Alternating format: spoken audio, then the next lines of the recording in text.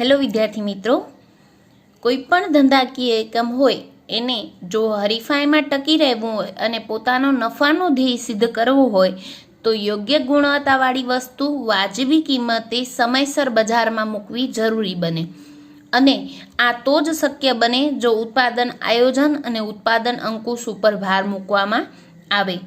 ઉત્પાદન આયોજન શું છે તેની પ્રક્રિયા તેમજ તેના મહત્વ વિશેની ચર્ચા આપણે આગળ જોઈ ગયા છીએ। આજના લેક્ચરમાં વાત કરશું ઉત્પાદન અંકુશનું મહત્વ। ઉત્પાદન અંકુશ શા માટે મહત્વનું છે, એની શું ઉપયોગિતા છે એની ચર્ચા આજના લેક્ચરમાં કરશું। આપણે જાણીએ છીએ કે આયોજન અને અંકુશ એક સંચાલનના પાયા કહી શકાય। એટલે ઉત્પાદન આયોજન મુજબ કામ થાય છે કે નહીં એ જોવાનું કામ ઉત્પાદન અંકુશ કરે છે। એટલે એક વખત આયોજન કરી નાખ્યા પછી ઉત્પાદન આયોજન સફળ બનાવવું હોય તો ઉત્પાદન અંકુશ જરૂરી છે। ઉત્પાદન અંકુશ દ્વારા આપણે સાધનોનો મહત્તમ ઉપયોગ શક્ય બનાવી શકીએ છીએ, જેથી આપણે નુકસાનમાં ઘટાડો કરી શકીએ છીએ, બગાડમાં ઘટાડો કરી શકીએ છીએ અને જેથી આપણે માલ સામગ્રીની બગાડ અટકાવી શકીએ, જેથી આપણે ગુણવત્તા જાળવી શકીએ છીએ અને પડતરમાં ઘટાડો કરી શકીએ છીએ।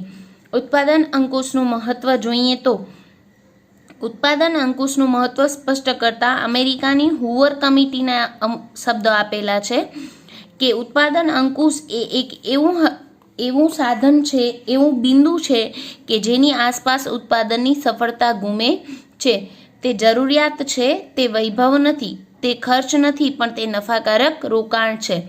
આ વાક્ય ઉપરથી જ આપણે ઉત્પાદન અંકુશનું મહત્વ સમજી શકીએ છીએ કે એ આજના જમાનાની જરૂરિયાત છે। ઉત્પાદન જો યોગ્ય રીતે થાય તો જ આપણા કંપનીના ઔદ્યોગિક એકમના હેતુઓ સિદ્ધ થઈ શકે છે।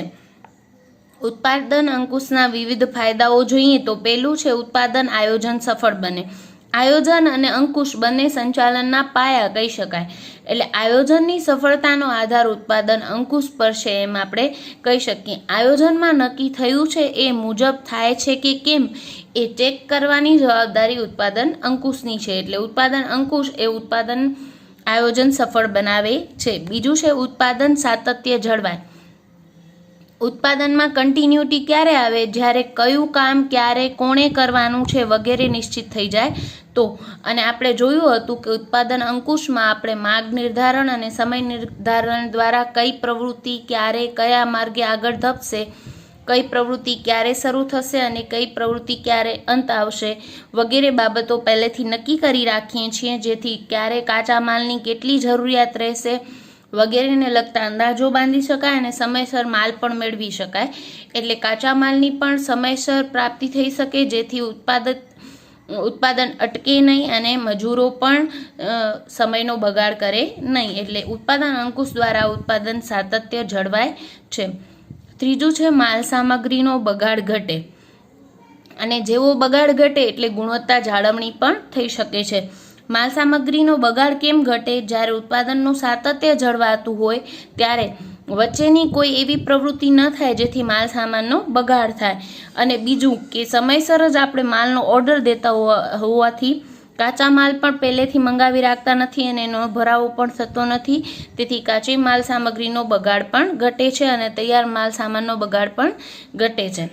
અને પ્રવૃત્તિઓ ઉપર અંકુશ લાવવાથી આપણે માલ સામાનની યોગ્ય કયા પછી કઈ પ્રવૃત્તિ થશે એ પહેલેથી ડિસાઇડ થઈ જાય છે અને ઉત્પાદન વિધિ યોગ્ય રીતે થાય છે, જેથી ગુણવત્તા પણ જળવાય છે। પછી છે માલ સામગ્રી ઉપર અંકુશ આવે છે। માલ સામગ્રી જોન સુબિન એ મહત્વની બાબત ગણાવે છે કે માલ સામગ્રી અંકુશમાં માલ સામગ્રીનું હિસાબી રીતે નિયમન કરવાનું પાસું મહત્વનું છે। માલ મોકલવામાં આવે ત્યારે સંગ્રહ વિભાગ તેની નોંધ કરે, ઇનપુટ અને આઉટપુટ નોંધવામાં આવે દરેક પ્રક્રિયાવાર, તો એના કારણે માલ સામગ્રી ઉપર અંકુશ આવે છે। ફક્ત કાચા માલનો નહીં પણ તૈયાર માલનો પણ બગાડ ન થાય એ જોવાનું કામ ઉત્પાદન વિભાગનું કહી શકાય।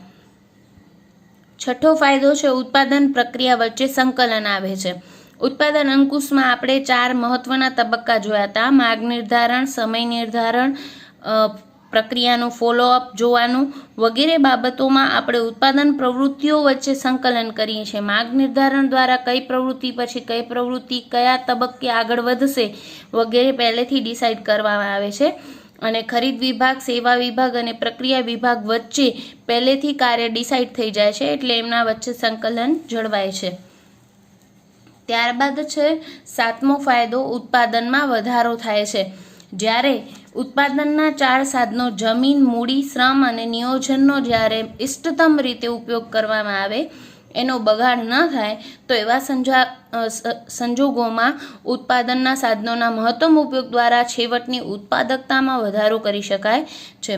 કર્મચારીઓનો ની શક્તિઓનો આપણે યોગ્ય ઉપયોગ કરીએ છીએ. માગ નિર્ધારણ અને સમય નિર્ધારણ દ્વારા બિનજરૂરી પ્રવૃત્તિઓ આપણે રદ કરીએ છીએ. કઈ પ્રવૃત્તિ ક્યારે શરૂ થશે અને ક્યારે અંત આવશે વગેરે બાબતો પહેલેથી નિર્ધારિત કરી દેતા હોવાથી સમયનો બગાડ પણ ઘટે છે, જેથી ઉત્પાદકતામાં વધારો કરી શકાય છે. ઉત્પાદન અંકુશનો 8મો ફાયદો છે, નુકસાનમાં ઘટાડો થાય છે. જ્યારે આપણે કહીએ છીએ કે બગાડ ઘટે છે, ત્યારે નુકસાનમાં ઘટાડો થતો જોવા મળે છે. ઉત્પાદન અંકુશ એટલે શું? આયોજનમાં જે નક્કી કરવામાં આવ્યું છે એ ધોરણો મુજબ કામ થાય છે કે નહીં તે જોવું, અને જો એ મુજબ ન થતું હોય તો તેમાં રહી ગયેલી ભૂલો અને ખામીઓને શોધી કાઢવી અને સુધારાલક્ષી પગલાં લેવા એ અંકુશનું મહત્વનું કામ છે. જેથી કોઈ નુકસાન વાળી પ્રવૃત્તિ થતી હોય તો તેના ઉપર અંકુશ લાવવાનું કામ આમાં કરવામાં આવે છે. એટલે નુકસાન ઘટાડી અને કરકસરયુક્ત ઉત્પાદન કરવામાં આવે છે. અને મેં સ્ટાર્ટ કર્યું ત્યારે જ કીધું કે ઉત્પાદન આયોજન અને અંકુશ જેટલું યોગ્ય રીતે થાય ત્યારે ઔદ્યોગિક એકમ છે એ યોગ્ય ગુણવત્તાવાળી વસ્તુ યોગ્ય સમયે વાજબી કિંમતે બજારમાં મૂકી શકે છે, અને તો જ એ હરીફાઈમાં ટકી શકે છે. અને હરીફાઈમાં ટકવા માટે કંપનીએ યોગ્ય ગુણવત્તાવાળો માલ બજારમાં મૂકવો પડે. અને યોગ્ય ગુણવત્તા ક્યારે જળવાય છે? જ્યારે માલ સામાન અંકુશ આવે છે અને ઉત્પાદન પર અંકુશ આવે છે ત્યારે, એટલે હરીફાઈમાં ટકી શકે છે. પછી છે રોકાણકારોને લાભ. હવે મેઇન વસ્તુ કે ઉત્પાદન અંકુશથી રોકાણકારોને વળી શું લાભ થાય? પણ જ્યારે આપણે ઉત્પાદનના 4 સાધનોનો મહત્તમ ઉપયોગ કરીએ ત્યારે આપણે રોકેલા મૂડી પર મહત્તમ વળતર પ્રાપ્ત કરી શકીએ છીએ. બીજું કે આપણે યોગ્ય સમયે યોગ્ય ગુણવત્તાવાળી વસ્તુ વાજબી કિંમતે બજારમાં મૂકીએ છીએ, જેથી આપણે બજાર પણ વધુ કવર કરી શકીએ છીએ, એટલે નફો વધુ પ્રાપ્ત કરી શકીએ છીએ. એટલે આપણા મૂડીરોકાણ પર આપણે વધુ વળતર મળશે તો આપણે આપણા રોકાણકારોને પણ વધુ ડિવિડન્ડ આપી શકવા સક્ષમ બનશું. જે છેવટે આમ કહી શકાય કે ઉત્પાદન અંકુશ દ્વારા આપણે રોકાણકારોને પણ મહત્તમ લાભ આપી શકીએ છીએ. 11મો ફાયદો છે અસરકારક નિરીક્ષણ. નિરીક્ષણનું કામ જ મહત્વનું છે અંકુશમાં. આયોજનમાં નક્કી થયેલું છે એ મુજબ થાય છે કે નહીં એ જોવું, એટલે જ અસરકારક નિરીક્ષણ કરવું. ક્યારે કઈ પ્રવૃત્તિ થશે એ ઓલરેડી ડિસાઇડેડ છે, એટલે નિરીક્ષણનું કાર્ય અસરકારક રીતે થઈ શકે છે. 12મો ફાયદો છે અસરકારક ખરીદ વેચાણ. આપણે ઉત્પાદન અંકુશમાં આયોજનમાં જે નક્કી કરવામાં આવ્યું છે એ મુજબની પ્રવૃત્તિ કરીએ છીએ, એટલે કેટલું વેચાણ થશે એના અંદાજો પરથી કેટલી ખરીદી કરવી પડશે એ નક્કી કરવામાં આવે છે, અને એના આધારે આપણે યોગ્ય સમય માલની ખરીદી કરતા હોઈએ છીએ, એટલે અસરકારક ખરીદ વેચાણની પ્રવૃત્તિ પણ થઈ શકે છે. 13મું છે જુસ્સામાં વધારો થાય છે. કોઈ પણ વ્યક્તિ હોય એના આયોજન મુજબની પ્રવૃત્તિ આગળ વધે અને ધ્યેય સિદ્ધિ થાય તો એના જુસ્સામાં વધારો થાય છે. અને ઉત્પાદન આયોજન અને ઉત્પાદન અંકુશના કારણે આપણે દેશ સરળ બને છે, તેથી કામદારો, નિરીક્ષકો, અધિકારીઓ બધાનો જુસ્સો વધે છે. અને છેલ્લો ફાયદો છે એકમની પ્રતિષ્ઠામાં વધારો થાય છે. એકમની પ્રતિષ્ઠા ક્યારે વધે? જ્યારે વસ્તુની ગુણવત્તા સારી હોય, એ વાજબી કિંમતે બીજા હરીફ કરતાં વાજબી કિંમતે આપણી વસ્તુ બજારમાં ઉપલબ્ધ હોય, તો એવા સમયે વધુ માર્કેટ આપણે કવર કરી શકશું, આપણા ગ્રાહકોને આપણે સંતોષ આપી શકશું. અને ગ્રાહકોનો સંતોષ એ એકમની પ્રતિષ્ઠામાં વધારો કરે છે. આમ ઉત્પાદન અંકુશ એ ઉત્પાદન આયોજનને સફળ બનાવવાની પ્રવૃત્તિ છે. અને ઉત્પાદન સંચાલન ક્યારે સફળ બને? જ્યારે ઉત્પાદન આયોજન અને અંકુશ બંને યોગ્ય રીતે થાય તો. અને ઉત્પાદન આયોજન અને અંકુશ ઉત્પાદન સંચાલનમાં મહત્વના છે ટોપિક, તો પછી આ બંને વચ્ચેનો તફાવત શું છે એની ચર્ચા પણ આજના લેક્ચરમાં કરશું.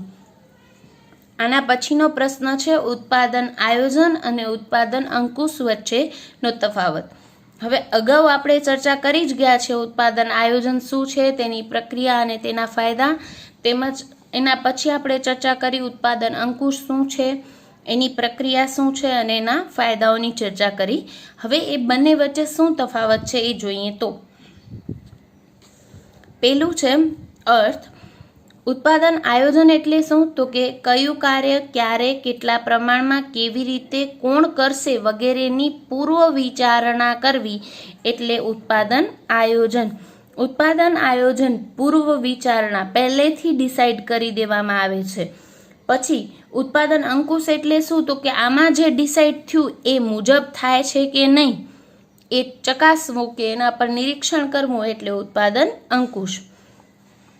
આયોજનમાં નક્કી કરેલી પદ્ધતિ પ્રમાણે અપાયેલી સૂચના મુજબ યોગ્ય માર્ગે ઉત્પાદન થયું છે કે નહીં તેની ચકાસણી કરવી એટલે ઉત્પાદન અંકુશ. અંકુશ હંમેશા આયોજન મુજબ થયું છે કે નહીં ચેક કરવું અને એમાં જો ભૂલો અને ખામીઓ દેખાય તો સુધારાલક્ષી પગલાં લેવા એટલે જ અંકુશ. કાર્યનો ક્રમ તો આપણે જાણીએ જ છીએ ઉત્પાદન આયોજન પહેલું કાર્ય છે, પછી ઉત્પાદન અંકુશનું કાર્ય થાય છે. ઉત્પાદન આયોજન ઉત્પાદન કાર્ય શરૂ કરતા પહેલાં કરવામાં આવે છે, તેથી સંચાલનનું પ્રથમ ક્રમનું કાર્ય છે. જ્યારે ઉત્પાદન અંકુશ એ ઉત્પાદન દરમિયાન અને ઉત્પાદન થઈ ગયા પછી કરવામાં આવે છે, તેથી અંતિમ કાર્ય ગણાય છે. આ બંનેનો હેતુ શું છે? તો કે ઉત્પાદન આયોજનનો હેતુ ઉત્પાદનના સાધનોનો મહત્તમ ઉપયોગ કરીને સમયસર ઉત્પાદનના લક્ષ્યાંકો સિદ્ધ કરવાનો છે. જ્યારે ઉત્પાદન અંકુશનો હેતુ શું છે? તો કે ઉત્પાદનમાં રહી ગયેલ ભૂલો અને ખામીઓને શોધી અને તેનું પુનરાવર્તન અટકાવવું એટલે કે સુધારાલક્ષી પગલાં લેવાનો છે. કઈ સંચાલનની સપાટી આમાં સંકળાયેલી હોય છે? તો આપણે જાણીએ છીએ આયોજનમાં હંમેશા ઉચ્ચ સપાટીના સંચાલકો સંકળાયેલા હોય છે, જ્યારે ઉત્પાદન અંકુશમાં મધ્ય અને તળ સપાટીના અધિકારીઓ સંકળાયેલા હોય છે. પ્રક્રિયા. ઉત્પાદન આયોજન એ લાંબી પ્રક્રિયા છે, જ્યારે ઉત્પાદન અંકુશની પ્રક્રિયામાં માત્ર 4 તબક્કાનો જ સમાવેશ થાય છે. એ કયા 4 તબક્કા? તો કે માર્ગ નિર્ધારણ, સમય નિર્ધારણ, પછી આપણે કરીએ છીએ સૂચના વિતરણ અને છેલ્લે ફોલોઅપ એટલે કે પ્રગતિ નિયંત્રણ. આ 4 તબક્કાનો સમાવેશ થાય છે. છઠ્ઠો ટોપિક છે જરૂરી કાર્ય. ઉત્પાદન આયોજન માટે કયું કાર્ય જરૂરી છે? તો કે નિર્ણય પ્રક્રિયાનું કાર્ય જરૂરી છે, જ્યારે ઉત્પાદન અંકુશ માટે નિરીક્ષણનું કાર્ય વધુ જરૂરી છે.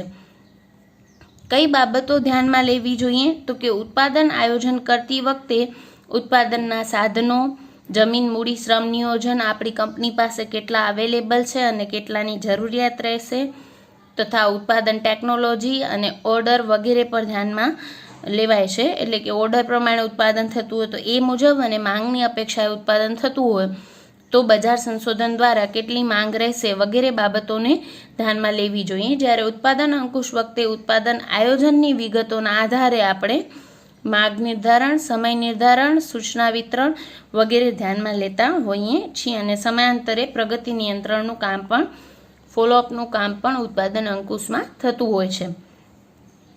અને છેલ્લો ટોપિક છે પૂર્વ શરત. ઉત્પાદન આયોજન માટે હેતુની અને સાધનોની સ્પષ્ટતા એ પૂર્વ શરત છે. આયોજન જોયું ત્યારે જ આપણે વાત કરી હતી, પહેલે હેતુઓની સ્પષ્ટતા હોવી જોઈએ તો જ આયોજન કઈ રીતે કરવું એનો ખ્યાલ આવે. ઉત્પાદન અંકુશ માટે આયોજન એ પૂર્વ શરત છે. આયોજન થાય પછી જ અંકુશ થશે. ક્લિયર? એટલે આયોજન મુજબ કામ થાય છે કે નહીં એ જોવાનું કામ અંકુશનું છે. એટલે ઉત્પાદન આયોજન એ ઉત્પાદન અંકુશ માટેની પૂર્વ શરત કહી શકાય.